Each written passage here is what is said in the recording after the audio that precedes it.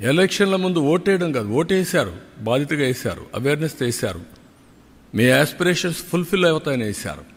ఇప్పుడు మీరు చేయాల్సింది ఏంటి? దీన్ని కంటిన్యూగా మనం అందరం కలిసి సమిష్టిగా చైతన్యంతో ముందుకు పోతే 15% గ్రోత్ వచ్చిందనుకోండి, ఎవరికి లాభం?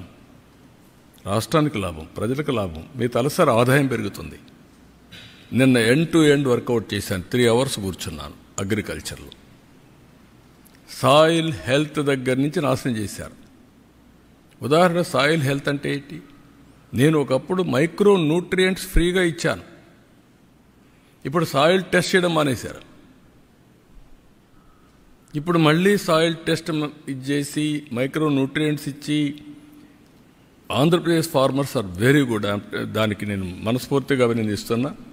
వెరీ ప్రోగ్రెస్ ఫార్మర్స్ మనవాళ్ళు మీరు చూస్తే ఒక మాట చెప్తే అల్లకపోతారు. వీళ్ళు రాయదుర్గకి వెళ్ళి వేరే రాష్ట్రాల్లో బ్రహ్మాండంగా వ్యవసాయం చేశారు. ఒకప్పుడు తెలంగాణకి ఇక్కడి నుంచి వెళ్ళిపోయారు, బళ్ళారి ఆ ప్రాంతానికి వెళ్ళారు, ఆఫ్రికాకి వెళ్ళారు, వేరే రాష్ట్రాలకు వెళ్ళారు, ఎక్కడ నీళ్లుంటే అక్కడికి వెళ్ళిపోయారు. వెళ్ళిపోయేసి అవకాశాలు బ్రహ్మాండంగా ప్రూవ్ చేశారు.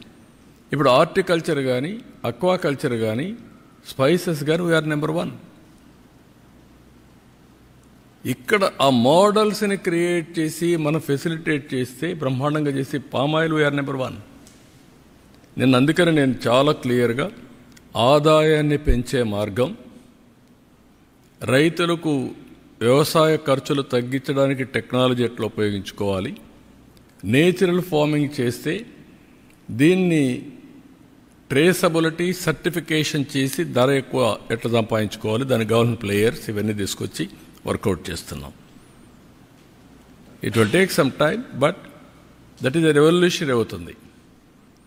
For the last 10 years 8.8% growth వచ్చిన ఏకైక రాష్ట్రం ఆంధ్రప్రదేశ్ అగ్రికల్చర్లో, వ్యవసాయం. నేను వాస్తవంగా ప్రజల్ని, రైతుల్ని మనస్ఫూర్తిగా అభినందిస్తున్నాను. ఇది రాబోయే రోజుల్లో ఇంకా పెరుగుతుంది. ఇండియాకే కాదు, ప్రపంచానికే ఫుడ్ బాస్కెట్గా తయారవుతుంది ఆంధ్రప్రదేశ్ రాష్ట్రం. ఎక్కువగా ఫ్రూట్స్ కానీ, లేకపోతే అక్వాకల్చర్ కానీ, మీట్ కానీ, డైరీ కానీ, ఇవన్నీ అంత పొటెన్షియల్ ఎక్కడుంది, అంత ప్రోగ్రెస్ ఫార్మర్స్ ఉన్నారు.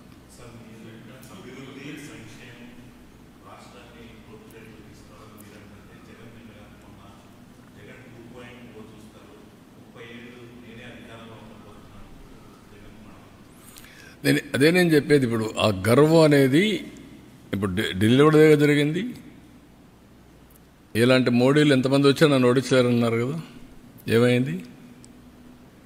అందుకే నేనేమంటానంటే హంబుల్నెస్, ఆ పద్ధతి. ఇప్పుడు అలాంటి వాళ్ళతో రాజకీయం చేయాల్సి వచ్చిన బాధ ఉంటుంది నాకు. Over a period of time నేను సిద్ధాంతపరంగా రాజకీయం చేశాను తప్ప వ్యక్తిగత రాజకీయాలు నేను ఎప్పుడూ చేయలేదు నా లైఫ్లో. అయితే సిద్ధాంతపరంగా చేసినప్పుడు కూడా నమ్మిన సిద్ధాంతం కోసం ప్రజల యొక్క జీవన ప్రమాణాలు పెరగాలంటే లా అండ్ ఆర్డర్ చాలా ముఖ్యం. దాంట్లో రాజీ పడలేదు నేను. Faction leaders, communal violence, Naxalites violence, rowdyism చాలా నిర్మోహమాటంగా వేశాను. ఇటీవల కాలంలో ఏమైంది? ఎక్కడ చూసిన డ్రగ్స్, గంజాయి. ఇప్పుడు తగ్గిందా లేదా? కంట్రోల్ చేసామా లేదా? 7 నెలల్లో కంట్రోల్ అయింది. పూర్తిగా ఎరాడికైంది నేను చెప్పను. నేను ఇప్పుడు కూడా చెప్తున్నా మళ్ళీ, ఈ రాష్ట్రంలో ఎవరైనా గంజాయి పండిస్తే మాత్రం అది లాస్ట్ డే. ఎవరైనా ఆడబిడ్డల జోలికి వస్తే లాస్ట్ డే. గుర్తుపెట్టుకోండి, ఫర్మ్గా ఉంటాం, డిటర్మెంట్గా ఉంటాం. ఒకరోజు తప్పించుకుంటావు కానీ నువ్వు మళ్ళీ తప్పించుకోలేవు. వడ్డీతో సహా చెల్లించే పరిస్థితి వస్తుంది ఎవరికైనా సరే. Be responsible citizen. నీ పని నువ్వు చెయ్యి. నువ్వు ఈ రాష్ట్రంలో అందరి మాదిరిగా గౌరవంగా బ్రతకడానికి, మీరు గౌరవంగా బ్రతకండి, అందరినీ గౌరవంగా బ్రతకనేయండి. ఇష్టానుసారంగా చేస్తే ఎక్కడ అయినే పరిస్థితిలో ఉండదు. అట్లని చెప్పి రాజకీయ ముసుగులో నేరస్తులు చేరి ఇష్టానుసారంగా చేస్తే కూడా డెఫినెట్గా కట్టడి చేస్తాం. అది చేయకపోతే కూడా తప్పే అవుతుంది. మేము చేస్తాం, మీరు ఏమన్నా చేయండి, ఇష్టానుసారంగా మాట్లాడడం, నోరు బారేసుకోవడం. ఓకే, మీరు నోరు బారేసుకుని నేను పారేసుకో, అది ఎప్పుడు నా జీవితంలో లేదు. బట్ యాక్షన్ మాత్రం డిటర్మెంట్గా ఉంటుంది, ఫర్మ్గా ఉంటుంది. నేనేమంటానంటే అప్పుడు అందుకే 95 సీఎం అన్నాను. నరేంద్ర మోడీ గారి పైన ఎంత ప్రచారాలు చేస్తున్నారు, ఏమైంది? ప్రజలు అప్రమత్తంగా ఉండాలి. That is important.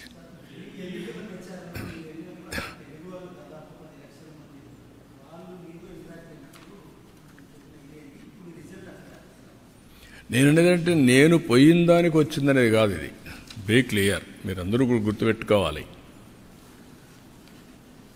ప్రధానమంత్రి నరేంద్ర మోడీ గారి పైన నమ్మకం ఇది.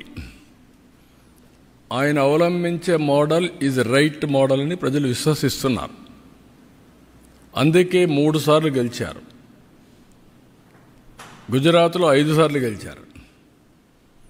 ఆ నమ్మకం అనేది అక్కడ ప్రజల్లో చైతన్యవంతమైన ప్రజానీకం.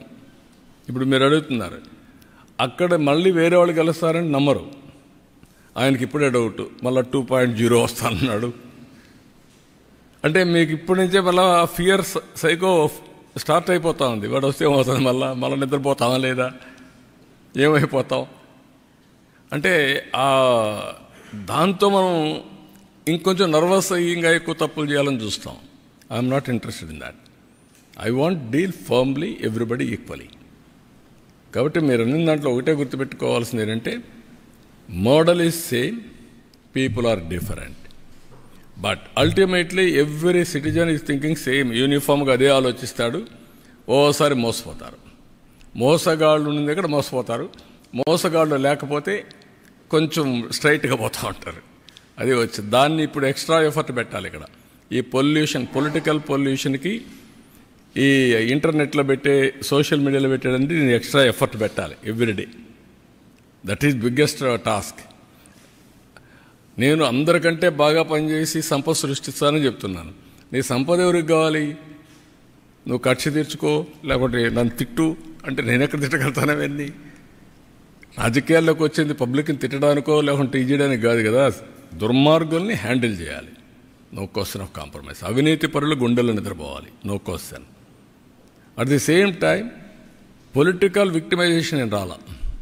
నా life is not meant for that. కానీ అండర్ ఎస్టిమేట్ చేసి నాతో ఆడుకోవచ్చు అనుకుంటే మాత్రం నేను కూడా ఒక్కొక్కసారి మోసపోతాను, కానీ ఎప్పుడు మోసపోను. అప్రమత్తంగా ఉంటే ఎవడు ఎక్కడ పెట్టాలో అందరిని అక్కడ పెడతాం. ఓకే.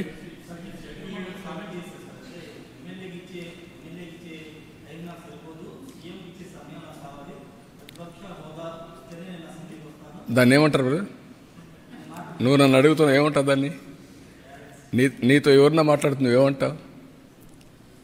ఒప్పుకుంటావా? మీ ఇంట్లో నీకు ఆ మధ్య మాట్లాడితే నీ పక్కన వాళ్ళు మాట్లాడితే ఒప్పుకుంటావు వారిగా? మరి ఇక్కడ ఎందుకు ఒప్పుకుంటున్నావు అంటే నువ్వు ఎందుకు అడుగుతున్నావు నన్ను? దట్ ఈజ్ వేర్ అదే ప్రాబ్లం మీకు.